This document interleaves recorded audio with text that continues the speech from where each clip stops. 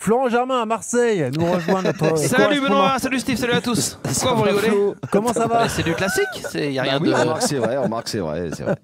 Quand on a vécu le départ de Bielsa après le premier match à la maison, plus rien ne nous surprend. Sans trahir de secret, j'ai eu d'autres correspondants RMC Sport aujourd'hui au téléphone qui m'ont dit on n'aimerait pas être à la place de Flo.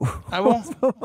Début de saison un peu agité, quoi. Comme dit souvent Eric Dimeco, à Marseille, il faut prendre les mariages et les enterrements parce que tu peux pas avoir la passion autour de ce club et ne pas assumer les coups de chaud, et malheureusement il y en a beaucoup, c'est vrai. Flo, tu as été le premier à sortir l'info de la mise à l'écart de Rowe et de Rabiot hier soir. Explique-nous donc cette décision qui est tombée aujourd'hui, la volonté de l'OM, des dirigeants et de l'entraîneur de se séparer de Rabiot. Alors. Écoute, c'est vrai qu'on ne s'y attendait pas forcément que ça aille jusqu'à cette extrémité, mais le club, il faut bien parler d'une décision du club, puisque hier dirigeants et staff, à savoir surtout Roberto De Zerbi, ont échangé et ont donc décidé de se séparer d'Adrien Rabiot, donc de le placer, comme tu l'as dit, sur le marché des transferts.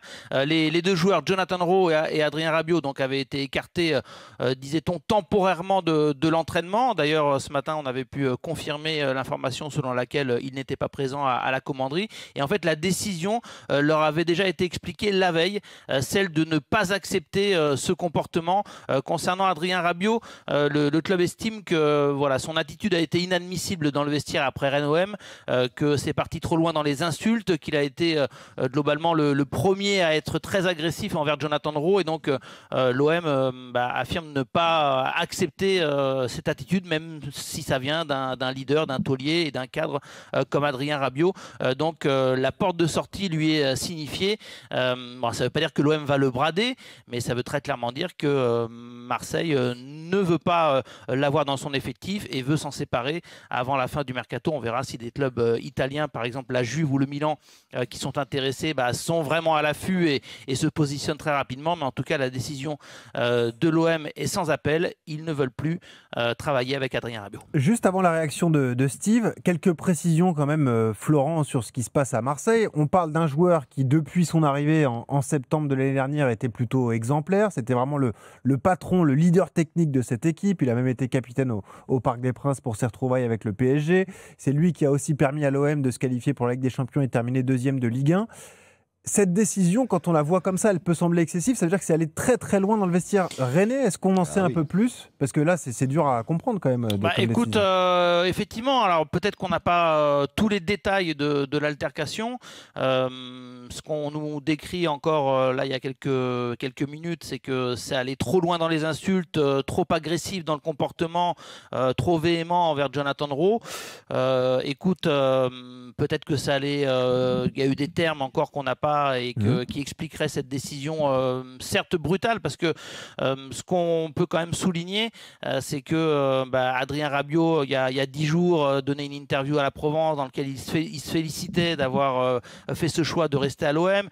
Pablo Longoria, en fin de saison, le président olympien, rappelait qu'il n'avait jamais vu dans sa carrière un personnage comme Adrien Rabiot aussi exemplaire. Inutile de rappeler que Mehdi Benatia, le directeur du foot, était souvent très très fier d'avoir réussi ce coup, d'attirer Adrien Rabiot, parce que normalement il n'est pas voué à évoluer dans un club comme l'OM. Donc effectivement, moi j'ai eu des appels de supporters là, et non des moindres, du Vélodrome, qui étaient abasourdis par cette nouvelle que personne n'attendait, donc la mise sur le marché des transferts d'Adrien Rabiot. Et juste pour confirmer, c'est vraiment uniquement lié aux incidents survenus à Rennes. Il n'y a pas eu d'antécédents sur la pré-saison, il n'y a pas eu un changement de comportement à la reprise pour Adrien Rabiot. Jusqu'à présent, oui. Après, la vérité de ce mardi soir n'est peut-être pas celle de demain, parce que les infos, on les a aussi en passant des coups de fil, en investiguant, en bossant. Donc peut-être que demain, après-demain, on aura plus de détails, mais d'après ce qu'on sait ce soir, c'est que l'élément déclencheur a été le comportement inadmissible après le match dans le vestiaire à Rennes. Flo, tu restes avec nous. Toutes ces infos, elles sont disponibles sur rmcsport.fr. Supporters marseillais, composez le 32-16. On va vous donner la parole. Évidemment, ce Roten sans flamme est exceptionnel. On va longuement parler de cette affaire à Rabiot à l'OM. Est-ce que l'OM se met le feu tout seul? Quel est ton avis, Steve? Comment tu réagis à cette info, cette bombe de la journée? En fait, c'est un petit peu ce qu'on disait déjà hier, et puis c'est ce qu'on dit aussi quand même au niveau de Zerbi, quand même, depuis qu'il est arrivé à l'OM. C'est la preuve aussi que le haut niveau, c'est pas seulement que le feu, quoi. c'est de la maîtrise. Un groupe, pour qu'il dure quand même, il faut qu'il ait besoin de respirer. Toi, qui se sentent écoutés, valorisés, bon, responsabilisés, ça c'est sûr. Mais quand tu as de l'autorité, je dis bien d'en haut, hein, qui est descendant et qui prend trop de place, bah, c'est sûr que des fois, tu mets tellement de tension bah, qu'à un moment donné, l'élastique, il pète. Parce que les gars, alors je dis pas que De Zerbi fait que ça, mais en tout cas, ce qui nous remonte ou ce qu'on entend, c'est qu'il a quand même un management quand même qui est assez directif, qui demande énormément de choses à ses joueurs en termes d'engagement. Donc à un moment donné, ça peut péter. Je dis bien ça peut péter. Bah là, ça pète. Et ça pète très tôt dans la saison. Moi, je pense qu'il y a quand même quelque chose, peut-être même entre eux, pour que ça aille aussi loin. Parce que tu sais, hier soir, on disait, il n'y aura pas de sanctions entre Rowe et Rabiot qui seront quand même identiques. Ils sont obligés de faire un cas d'école quand même sur ce qui s'est passé à Rennes. Et comme on le disait avec Flo, on va savoir des choses dans les heures, dans les jours à venir.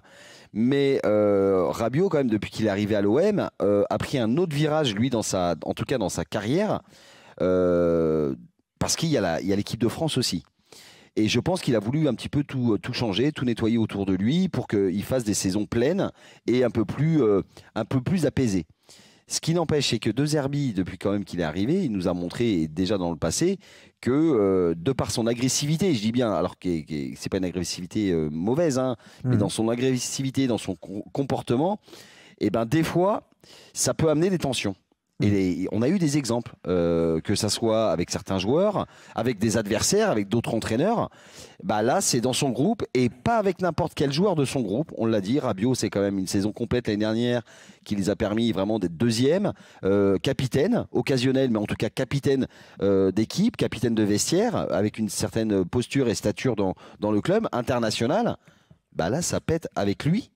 C'est quand même assez bizarre. En tout cas, Steve et Benoît, l'OM, là, à l'instant même, communique officiellement et écrit noir sur blanc, parce que c'est toujours important aussi, au-delà des infos qu'on a, que ce soit aussi estampillé et quelque part communiqué confirmé par le club, communiqué officiel à l'instant. L'OM informe qu'Adrien Rabiot et Jonathan Rowe ont été placés sur la liste des transferts par le club. Cette décision a été prise en raison d'un comportement inadmissible dans le vestiaire après le match contre le Stade Rennais, en accord avec le staff technique et en application du code de conduite interne du club. La décision a été communiquée par le club aux deux joueurs ce lundi. Donc voilà les infos qu'on donnait, mais qui sont quelque part validées et confirmées dans le communiqué de l'OM. 18h11 dans Rotten sans flamme, c'est la bombe de la soirée. Adrien Rabiot qui est placé sur la liste des transferts à Marseille après son comportement et son altercation avec Jonathan Rowe vendredi soir dans le vestiaire du Stade Rennais après la défaite de l'OM 1-0. Il y a aussi deux façons de voir les choses. Je vois beaucoup d'appels au 32-16. Pierre et Michael sont là, supporters marseillais, ils veulent réagir. Comment tu vois ça, Steve? Est-ce que tu penses que c'est avant tout une preuve d'intransigeance de la part de la direction marseillaise? C'est-à-dire que peu importe le statut qu'on a dans le vestiaire, si on faute, on est sanctionné. Est-ce que tu te dis aussi que c'est un risque pris par l'OM parce que sportivement, tu vas te couper de ton meilleur joueur dans une saison importante, une saison dans laquelle tu vas retrouver la Ligue des Champions et où tu as des objectifs sportifs assez élevés? Comme tu le dis, de toute façon, il n'y a qu'une seule grille de lecture, c'est que n'importe quel club, n'importe quel joueur, en tout cas, est au-dessus du club. On le voit quand même depuis ces derniers mois, et tous les clubs, dont le premier, le PSG, a maintenant mis le club au centre du projet, et pas forcément les joueurs qui se sentent des fois au-dessus du projet, de la direction, du staff technique. Et ça, c'est très bien. Ça, c'est très bien. On avait pris certaines dérives et des laissés-aller pendant certaines années, certaines saisons dans certains clubs où les joueurs, honnêtement, ils chiaient des fois sur leur club. Bon, ça, c'est très bien. Et n'importe quel joueur, je dis bien, et même à l'OM, n'est au-dessus du club. Maintenant, n'importe quel club, n'importe quel joueur, mais n'importe quel aussi entraîneur. Et moi, je reviens là-dessus. Je ne sais pas ce qui s'est réellement passé. Je ne sais même pas quel est l'objectif final. Parce qu'on peut très bien le mettre sur la liste des transferts. Oui, d'accord, mais il n'est pas obligé de partir non plus. Parce qu'il faut que tout le monde soit d'accord. Dont le premier qui est Adrien Rabiot, qui voudrait partir. Lui, on sait que c'est une année quand même qui est aussi assez spéciale pour lui et pour tous les internationaux français, année de Coupe du Monde. Changer de club, en plus avec une étiquette, ça s'est mal passé dans le dernier, peu importe où taille, bah forcément tu auras un peu cette étiquette-là cette année qui va te traîner, peu importe tes performances dans l'année. Moi, je trouve ça vraiment très très bizarre que ça se passe à ce moment-là. Et avec ce joueur-là, Moi, je crois qu'honnêtement, il y a un truc qui se passe peut-être dans l'effectif qu'on va apprendre peut-être dans les prochains jours. Mais il y a un truc bizarre qui se passe dans ce club. là où tu as raison, Steve, et on peut le préciser avec Florent Germain, les mots ont un sens et on le voit dans le communiqué de l'OM, il est placé sur la liste des transferts. Oui, voilà. Ça ne veut pas Il dire est pas qu'on se viré. sépare d'Adrien Rabiot. Il lui reste une année de contrat.